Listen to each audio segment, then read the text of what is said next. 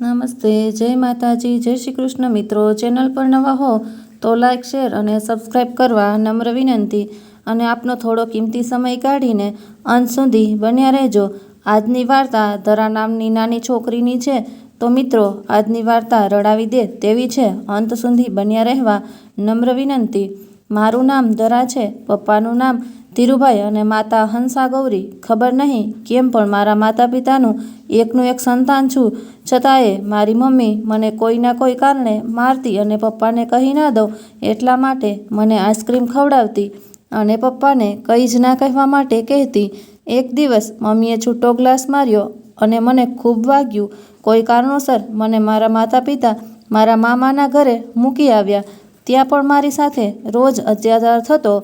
ક્યારેક મામી તો ક્યારેક માસી મને ખૂબ મારતા અને જમવાનું પણ આપતા નહીં. વાત છે આ ખૂબ જૂની 1970ની. તો મિત્રો, હવે વિસ્તારથી જાણીએ ધરા સાથે શું થયું. આજે લગભગ અડધી દુનિયા ખુશી મનાવી રહી હતી નવા વર્ષની. આજે 1 જાન્યુઆરી છે ને અને ધીરજલાલ પણ એક ખુશી સાંભળવાની રાહ જોતા હતા. 7 વર્ષના લગ્ન જીવન બાદ કાંઈ કેટલીય બાધા આખડી પછી ભગવાને એમની સામું જોયું હતું. પગલીનો પાડનાર આવનારો હતો. એમની પત્નીને દવાખાને લઈ ગયા હતા. એ પણ ત્યાં જ હતા. બસ હવે રાહ જોતા હતા કે ક્યારે નર્સ આવી ને સમાચાર આપે. એક ક્ષણ હવે બહુ લાંબી લાગતી હતી અને ત્યાં જ તેમને આતુરતાનો અંત આવ્યો. તેમણે બાળકના રોવાનો અવાજ સાંભળ્યો. ખૂબ હરખાઈ ગયા ધીરુભાઈ. બાળકના રોવાના અવાજ પરથી એમને લાગ્યું કે પુત્રનો જન્મ થયો છે. મનોમન ઈશ્વરનો પાડ માનવા લાગ્યા. પણ ત્યાં તો નર્સ આવીને કીધું, દીકરીનો જન્મ થયો છે. તો મિત્રો, અંત સુધી બન્યા રહેજો અને મારી ચેનલ પર નવા હો તો લાઈક, શેર અને સબસ્ક્રાઈબ કરવા નમ્ર વિનંતી. તારી ઘડીક વાર માટે આઘાત લાગ્યો. કીધુંય ખરું કે અવાજ પરથી તો બાબો લાગે છે. જા જઈને જો સરખું. પણ નર્સે કીધું, મેં બરાબર જ જોયું છે, દીકરી છે. તરત સ્વસ્થ થઈને ધીરુભાઈએ એને 11 રૂપિયા આપ્યા. એ જમાનામાં 11 રૂપિયા બહુ મોટી રકમ ગણાતી હતી. સંતાન માટે ઝંખતા હતા અને આટલા વર્ષોની રાહ જોયા બાદ ભલે દીકરી પણ પોતે બાપ તો બન્યા એ વાતની ખુશી જ અનહદ હતી. ખુશી તો એમના પત્ની હંસા ગૌરીને પણ હતી. પોતે મા બન્યા હતા. સમાજમાં કોઈ હવે તેમને કોઈ મહેણા નહીં મારે એ વાતે એ ખુશ હતા. મા બનવાનું સૌભાગ્ય પ્રાપ્ત થયું હતું. હા, દીકરી આવી છે એ વાતનો થોડો રંજ જરૂર હતો. અને વળી 1970ની સાલ દીકરીને સાપનો ભારો માનતા હતા. એ વખતમાં તો પણ બંને પતિ પત્ની આ ખોડાના ખૂંદનારને ભરપૂર પ્રેમ આપવા આતુર હતા. ખૂબ લાડથી તેને ઉછેરતા હતા. સમયને જતાં વાર પણ ક્યાં લાગે છે. દીકરી થોડી મોટી થઈ 3 વર્ષની થઈ ગઈ હતી. ધીરજલાલે એનું નામ ધરા રાખ્યું હતું. ખૂબ જ રમતિયાળ અને ચંચળ હતી ધરા. ધરા 3 વર્ષની થઈ અને હંસા ગૌરીને ફરી સારા દિવસો રહ્યા. દંપતીની ખુશીનો પાર ન રહ્યો. આ વખતે તો દીકરો જ આવશે એવી આશા હતી. પણ આ ખુશી જાજુ ન ટકી. હંસા ગૌરીને કસુવાવડ થઈ ગઈ. ઘરે જ દવાખાને બતાવવા ગયા અને એક બીજો ઝટકો પણ મળ્યો કે હવે પછી હંસા ગૌરીને સારા દિવસો નહીં રહે. સારા દિવસો પાછા રહે એ માટે એક ઓપરેશન કરાવવું પડશે. ધીરુભાઈની પરિસ્થિતિ એ વખતે એટલી બધી સારી ન હતી. તેથી ઓપરેશન કરાવી શકે એમ ન હતા. પણ આ બધામાં ધરાનો કોઈ જ વાંક ન હતો. એ તો આ કાંઈ વાત જાણતી પણ ન હતી કે સમજી શકે એવી એની ઉંમર પણ ન હતી. છતાં હંસા ગૌરીના મનમાં એ વાત આવી ગઈ કે આ બધું ધરાના કારણે જ થયું છે. મનમાં ને મનમાં તે ધરાને આની દોષી માનતા હતા. ધીરુભાઈ જેટલો પ્રેમ ધરાને આપતા હતા એટલો પ્રેમ હંસા ગૌરી નહોતા આપી શકતા. પણ સાવ નહોતા કરતા એવુંય નહોતું. પણ એમનો સ્વભાવ થોડો કડક થઈ ગયો ધરા પ્રત્યે. આ બનાવ બન્યો ત્યારે ધીરુભાઈ જૂનાગઢ રહેતા હતા અને એમના મોટા ભાઈ શાંતિલાલ વડોદરા રહે. શાંતિલાલ આમ તો થોડાક પેટમેલા કપટી સ્વભાવ. એટલે ધીરુભાઈને પોતાના ધંધામાં રાખીશ કહીને વડોદરામાં બોલાવી લીધા. જૂનાગઢમાં રહેતા આમ પણ પરિસ્થિતિ થોડી તંગ હતી. એટલે ધીરુભાઈ પણ તૈયાર થઈ ગયા વડોદરા જવા માટે અને બધા આવી ગયા વડોદરા. વડોદરા આવ્યા તો ખરા, પણ અહીં એમનું પોતાનું કોઈ ઘર ન હતું, એટલે મોટા ભાઈ શાંતિલાલના ઘરે જ રહેવાનું હતું. પણ મોટા ભાભીને પસંદ ન હતું, છતાં કમને રાખ્યા. મોટા ભાઈએ પોતાના ધંધામાં સાથે રાખ્યા, પણ એમને મૂળ તો ધીરુભાઈ પાસે જે દાગીના હતા એમાં જ રસ હતો. થોડો સમય બધું બરોબર ચાલ્યું. પછી શાંતિલાલે પોતાનો રંગ બતાવ્યો અને ભાઈ પાસે દાગીનાની માંગણી કરી. પણ એ દાગીના હકીકતમાં તો હંસા ગૌરીના હતા, એટલે ધીરુભાઈએ ના પાડી આપવાની. આ વાતથી શાંતિલાલનો અહમ ઘવાયો. તો મિત્રો, મારી ચેનલ પર નવા હોવ તો સબસ્ક્રાઈબ કરવા નમ્ર વિનંતી. તો આગળ વધારીએ વાર્તાને. એમણે ધીરુભાઈને લાફો માર્યો અને દુકાનમાંથી ચાલ્યા જવાનું કહી દીધું અને ઘરમાંથી પણ નીકળી જવાનો ઓર્ડર આપી દીધો. ધીરુભાઈ બિચારા બેઘર થઈ ગયા. મોટા ભાઈએ ઘરમાંથી ચાલ્યા જવાનું કહી દેતા ધીરુભાઈ બિચારા બેઘર થઈ ગયા, પણ હિંમત ના હાર્યા. ભાઈ પાસે અઠવાડિયામાં ઘર ખાલી કરવાનો સમય માંગ્યો અને મકાન શોધવા લાગ્યા. અને ફક્ત 5 જ દિવસમાં મકાન મળી પણ ગયું. 150 રૂપિયા ભાડામાં એક લાંબો રૂમ મળ્યો. રસોડું પણ એમાં જ આવી જાય. સંડાસ બાથરૂમ બહાર ઓસરી પડે એમાં હતા. 2 જણા માટે ઘણું કહેવાય. આ તો તરત મોટાભાઈના ઘરેથી નીકળવાનું નક્કી કરી પોતાનો સામાન ભરવા લાગ્યા. નાનકડી ધરા પણ પોતાના રમકડા લેવા લાગી.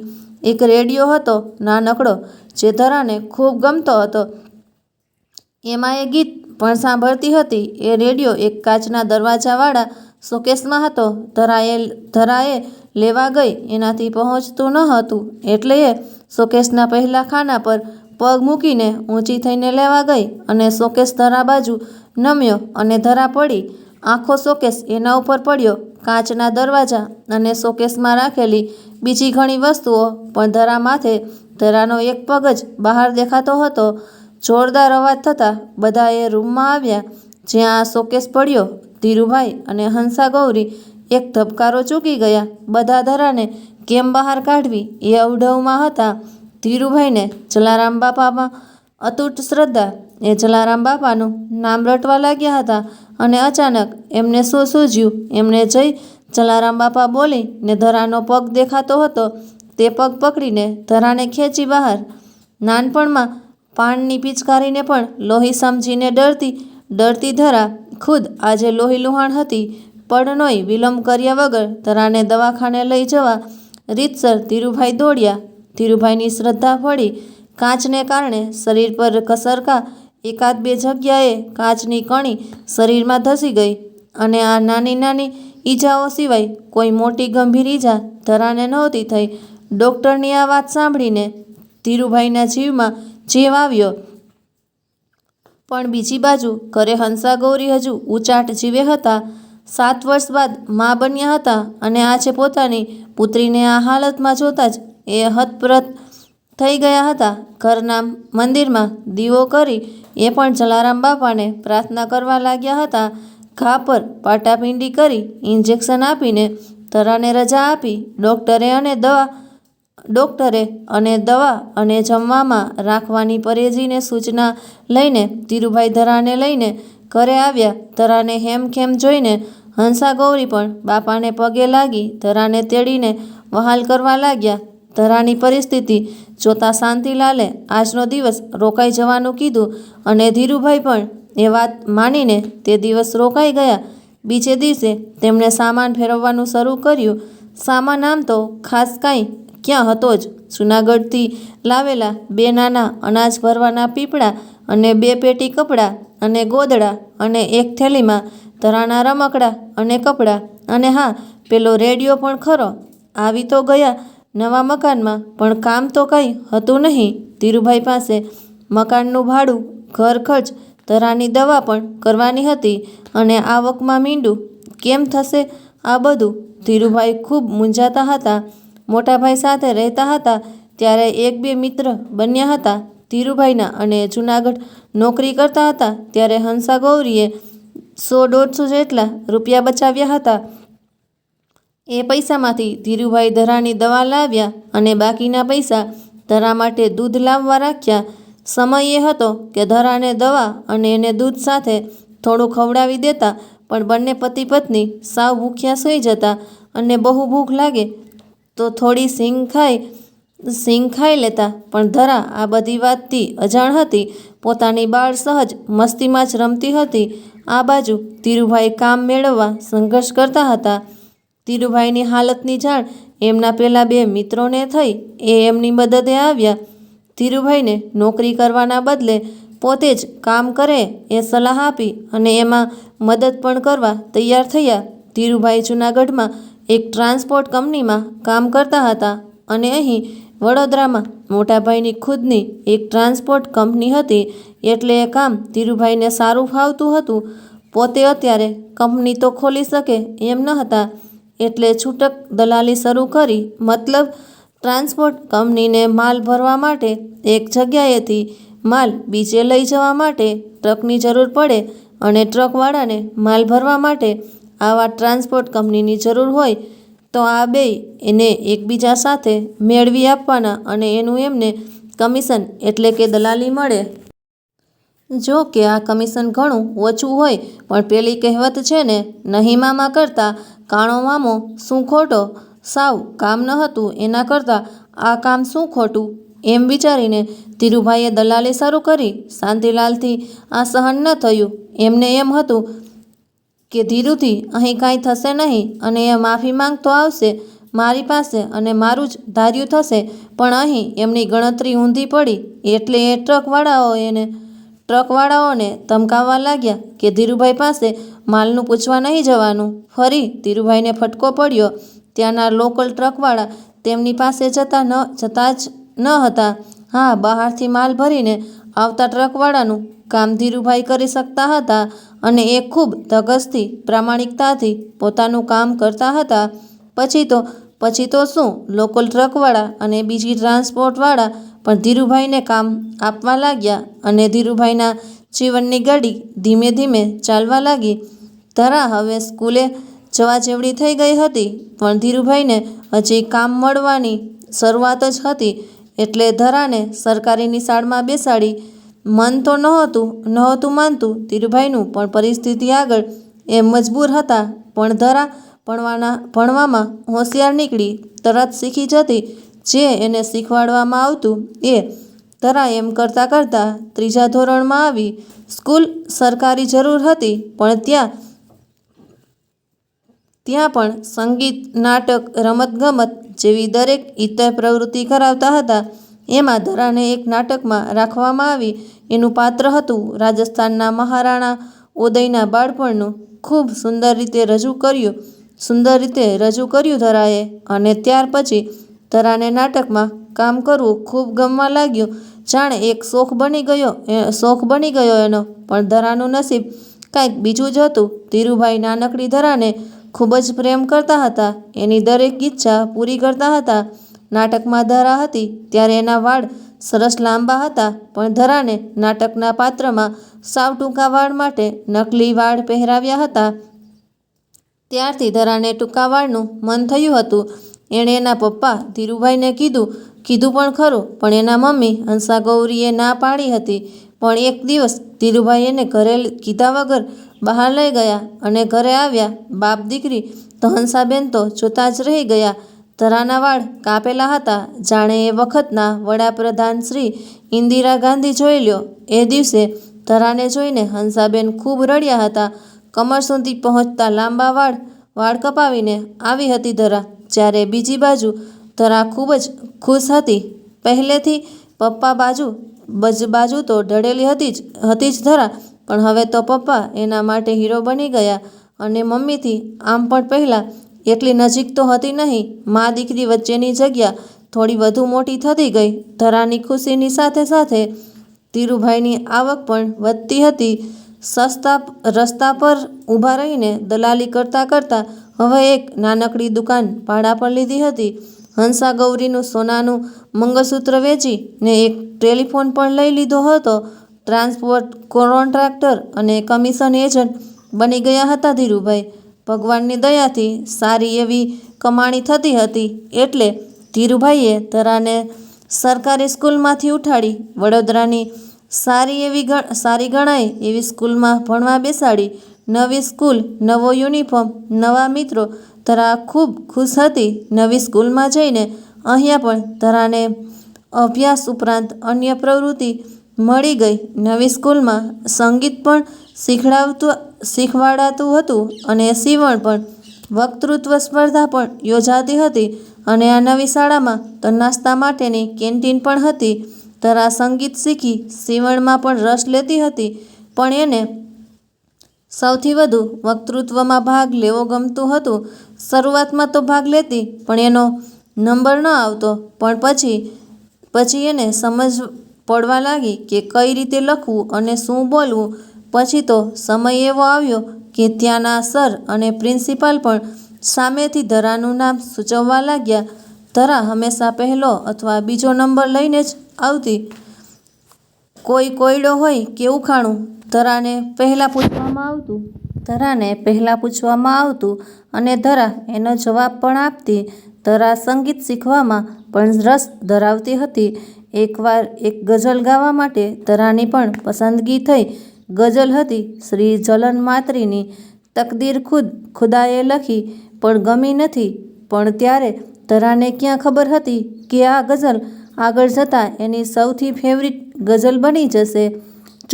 જો કે આ બધામાં એનું ધ્યાન વધુ રહેતું હોવાથી ભણવામાં થોડી નબળી પડતી ગઈ. નપાસ થતી ન હતી, પણ માર્ક્સ ઓછા આવતા હતા.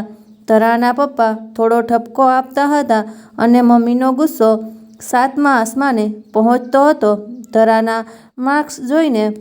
તો મિત્રો, મારી ચેનલ પર નવા હો તો લાઇક, શેર અને સબસ્ક્રાઈબ કરવા નમ્ર વિનંતી. નાની વાતમાં ધરાના મમ્મી ધરા પર ગુસ્સે થઈ જતા હતા. ધરાને મારતા પણ હતા. જો વધુ પડતું વાગી જાય ધરાને તો બહાર લઈ જઈને ધરાને આઈસ્ક્રીમ કે બીજું માંગે એ ખવડાવતા અને પછી કહેતા કે પપ્પાને ન કહેતી કે મમ્મીએ માર્યું હતું.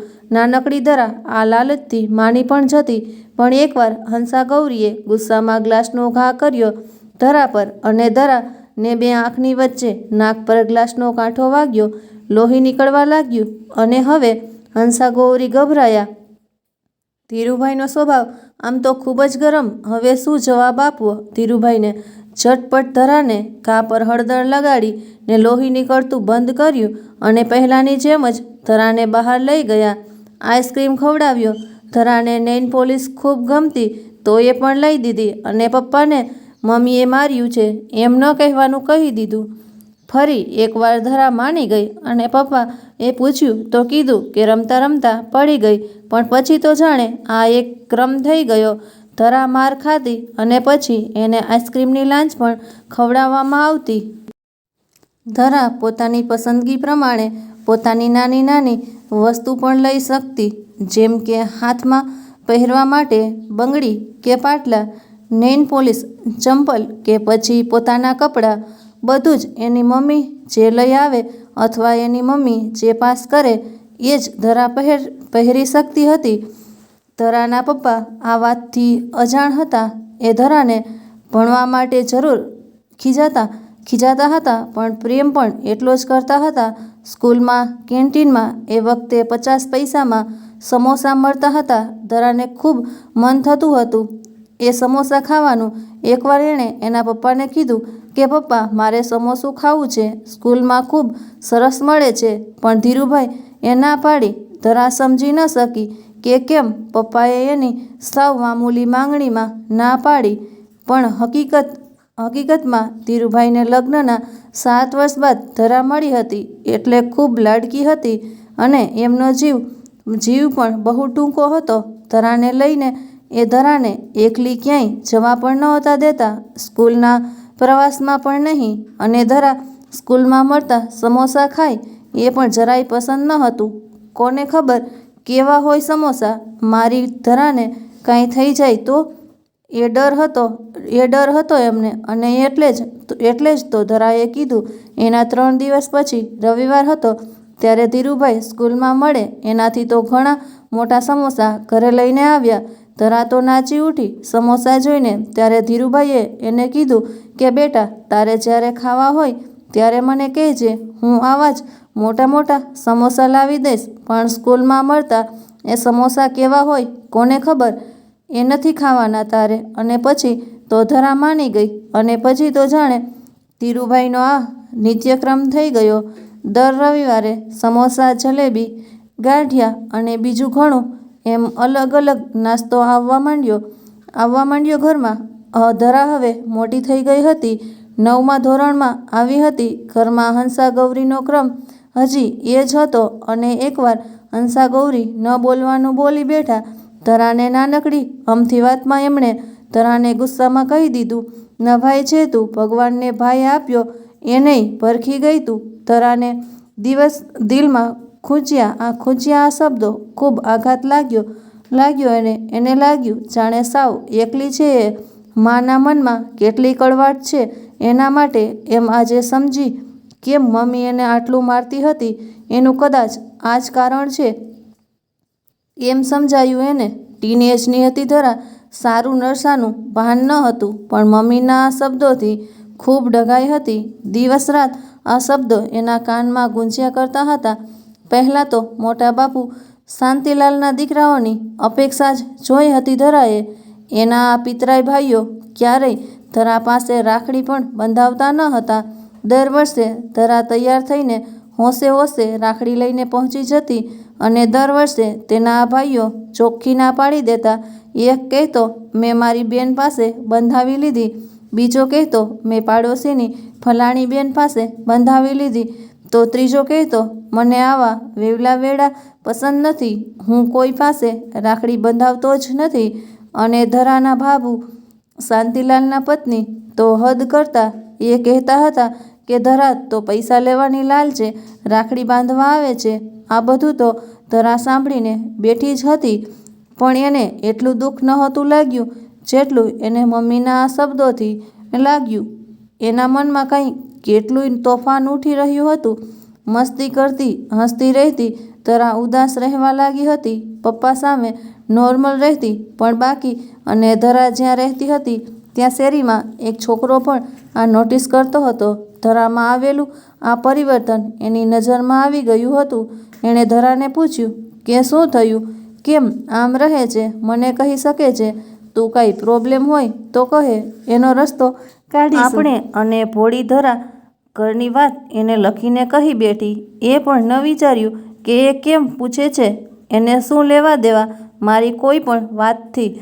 પેલો છોકરો વિશ્વાસુ ન હતો. એણે ધરાની એ ચિઠ્ઠી જેમાં ધરાએ એના મમ્મી એ જે કાંઈ કીધું એ લખ્યું હતું. એ ધરા અને એના મમ્મી પપ્પા જે ભાડાના મકાનમાં રહેતા હતા, એના મકાન માલિક કે જે ધરાના ઘરની ઉપર જ રહેતા હતા, એને વંચાવી. અને પાછું એમ પણ કીધું કે ધરા એને પ્રેમ કરે છે અને એટલે એના ઘરની વાત મને કરે છે. વાત આખી શેરીમાં ફરતી ફરતી ધીરુભાઈ પાસે પહોંચી. ધીરુભાઈ ગુસ્સાથી લાલચોળ થઈ ગયા. એમણે એ છોકરાને પોતાની દુકાને બોલાવ્યો. એની પાસેથી ધરાની ચિઠ્ઠી માંગી. થોડી આનાકાની બાદ પેલાએ ચિઠ્ઠી આપી દીધી. અને ધીરુભાઈએ કડક શબ્દોમાં સૂચના આપી ધરાથી દૂર રહેવાની. ઘરે આવીને પહેલીવાર ધીરુભાઈએ ધરા પર હાથ ઉપાડ્યો. ખૂબ મારી. ધરાને મા બાપના પ્રેમમાં શું કમી રહી ગઈ કે તું એ આવારા છોકરાને પ્રેમ કરવા લાગી. ત્યારે ધરાએ કીધું કે એ તો એ છોકરાને પ્રેમ કરતી જ નથી. સાંભળીને ધીરુભાઈનો ગુસ્સો વધી ગયો. પ્રેમ નથી કરતી તો પ્રેમપત્ર કેમ લખ્યો છે? તું એને છાનીમાની મળે છે. હકીકતમાં આ બધું પેલા છોકરાએ કીધું હતું કે એ અને ધરા બહાર મળતા હતા. સ્કૂલના બહાને ધરા એને મળવા જતી હતી. ધરા કહેતી રહી કે એ કોઈને મળવા બહાર ગઈ જ નથી, એ કોઈને પ્રેમ કરતી જ નથી. પણ ધરાની વાત સાંભળવાનું કોઈ ન હતું. મમ્મી પહેલેથી ધરાથી દૂર હતા. આજે પપ્પા પણ જાણે દૂર થઈ ગયા હતા. અને પછી એક નિર્ણય લેવાયો ધરાને એના મોસાળ મોકલવાનો. 9મું જેમ તેમ પાસ કરીને ધરાને મામાના ઘરે 10મું ધોરણ ભણવા બેસાડવામાં આવે એવો નિર્ણય લેવાઈ ગયો. ધરાના અહીં કરેલા, હકીકતમાં ન કરેલા પરાક્રમની જાણ એના મામાના ઘરે પણ કરવામાં આવી. અને ધરા પર ચાંપતી નજર રાખવાની સૂચના પણ અપાઈ ગઈ. ધરાના નસીબે પોતાનો ખેલ શરૂ કરી દીધો હતો.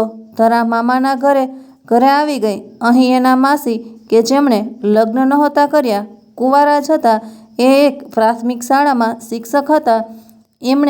એટલે એમની ઓળખાણથી ઘરની નજીકની એક શાળામાં ધરાને બેસાડી અને 10મું ધોરણ હતું એટલે એક ટ્યુશન ક્લાસમાં પણ બેસાડી. આ ટ્યુશન ક્લાસમાં જે સર ભણાવતા હતા તે ધરાની માસીની સ્કૂલમાં પણ ભણાવવા જતા હતા. તેમની ઓળખાણ અને સલાહથી જ ધરાને એ ક્લાસમાં બેસાડી હતી અને એ જમાનામાં ટાઈપ ક્લાસ હતા. ધરાને એ પણ શરૂ કરાવ્યા. ધરા સવારે 6:30 વાગે ટ્યુશન ક્લાસમાં જતી. ત્યાંથી 1:30 વાગે આવીને તૈયાર થઈ થોડું જેવું તેવું જમીને 11:30 સ્કૂલે જતી. ત્યાંથી 5 વાગે ઘરે આવતી. યુનિફોર્મ બદલીને તરત 5:45 ટાઈપ ક્લાસમાં જતી અને ત્યાંથી 7:30 વાગે ઘરે આવતી. આખા દિવસની આ દોડધામમાં એ ખૂબ થાકી જતી. આ બધી જગ્યાએ ચાલીને જ જતી. ઘરે આવીને એ સીધી ટ્યુશનનું હોમવર્ક કરવા બેસતી. પછી જમવા ઊભી થતી. જમીને પછી સ્કૂલનું હોમવર્ક 10 વાગતા સુધીમાં તો એ લોથપોથ થઈ જતી, પણ એ સૂઈ ન શકતી. એના માસી અને એના એક મામા એને એક્સ્ટ્રા વાંચવા બેસાડતા. 12 તો રોજ વાગતા. પછી એને સૂવા મળતું. સવારે પાછું વહેલું ઉઠવાનું. 6:30 વાગે તો પહોંચી જવાનું હોય ટ્યુશનમાં. સ્કૂલમાં એ વખતે 2 ચોટલા ફરજિયાત હતા અને ધરાને એ આવડતા ન હતા. એના માસી એને રાતે જમી લીધા પછી માથું ઓળી આપતા, 2 ચોટલા લઈ આપતા. પછી સવારે તો એના માસીને પણ એમની શિક્ષકની નોકરીમાં જવાનું હોય.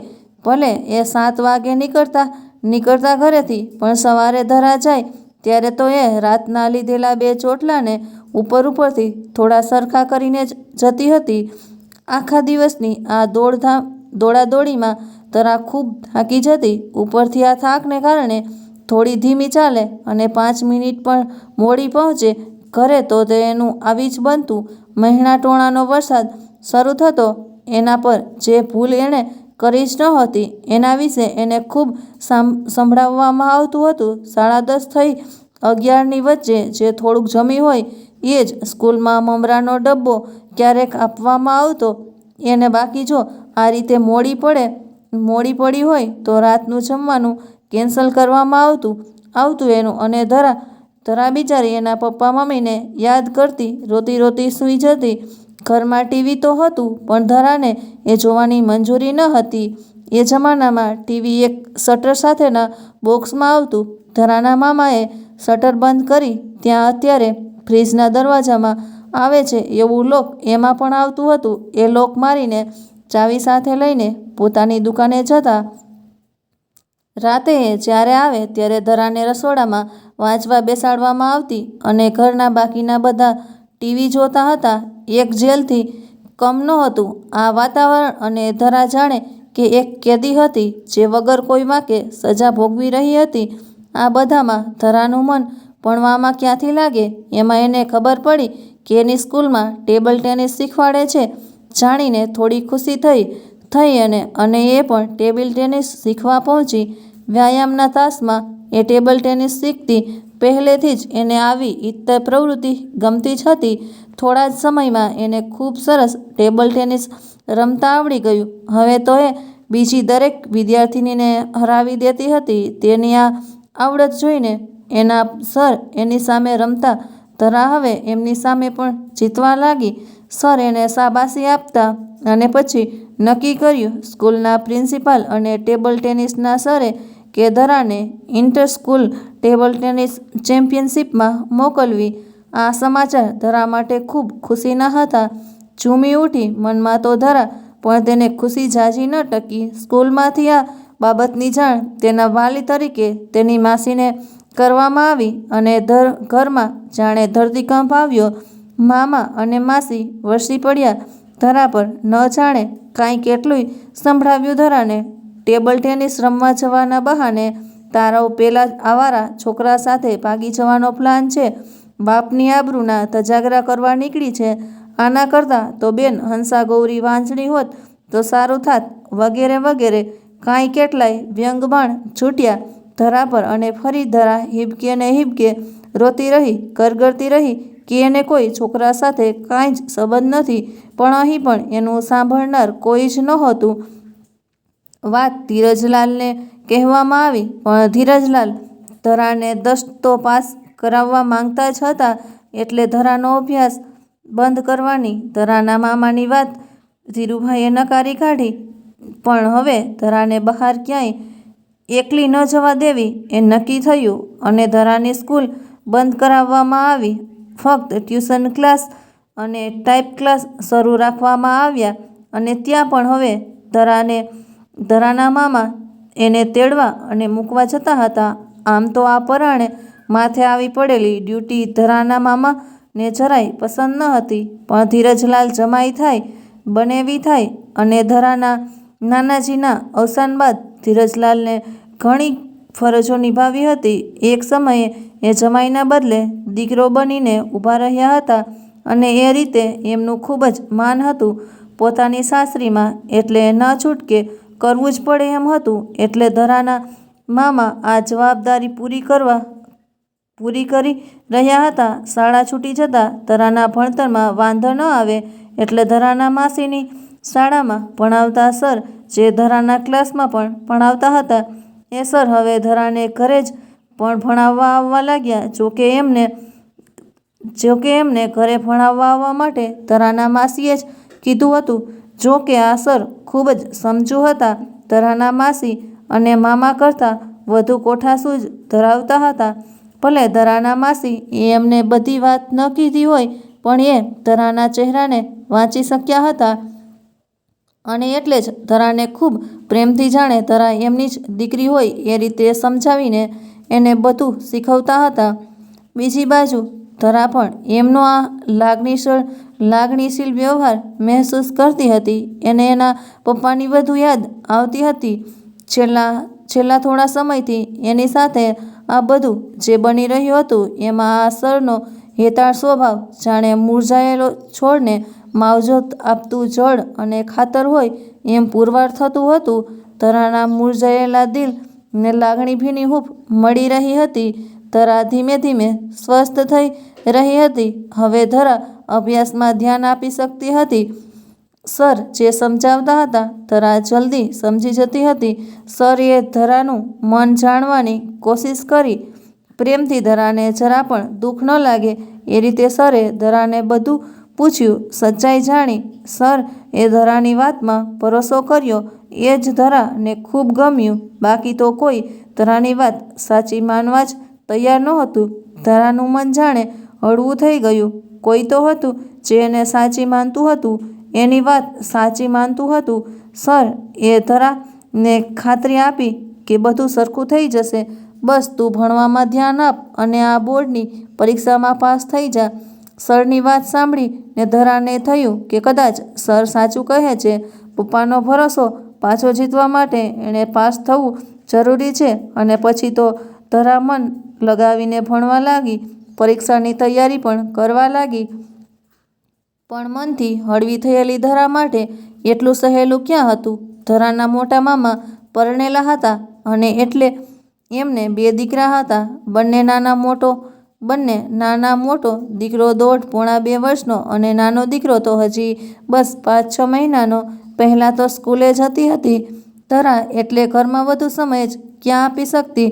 પણ હવે સ્કૂલ તો બંધ થઈ ગઈ હતી એટલે આ નાના 2 ભાઈઓને સાચવવાની જવાબદારી જાણે ધરાની હતી. મિત્રો, આજની આ વાર્તાનો બીજો ભાગ જોવો હોય તો કોમેન્ટમાં હાની સાથે હર હર મહાદેવ લખી દેજો. અને મારી ચેનલ પર નવા હો તો લાઈક, શેર અને સબસ્ક્રાઈબ કરવાનું ચૂકશો નહીં, એટલે તમને આવનારી વાર્તાઓ પહેલાં મળતી રહે. તો મિત્રો, ફરી મળીએ આવતા અંકમાં. ત્યાં સુધી આવજો. જય શ્રી કૃષ્ણ. જય માતાજી.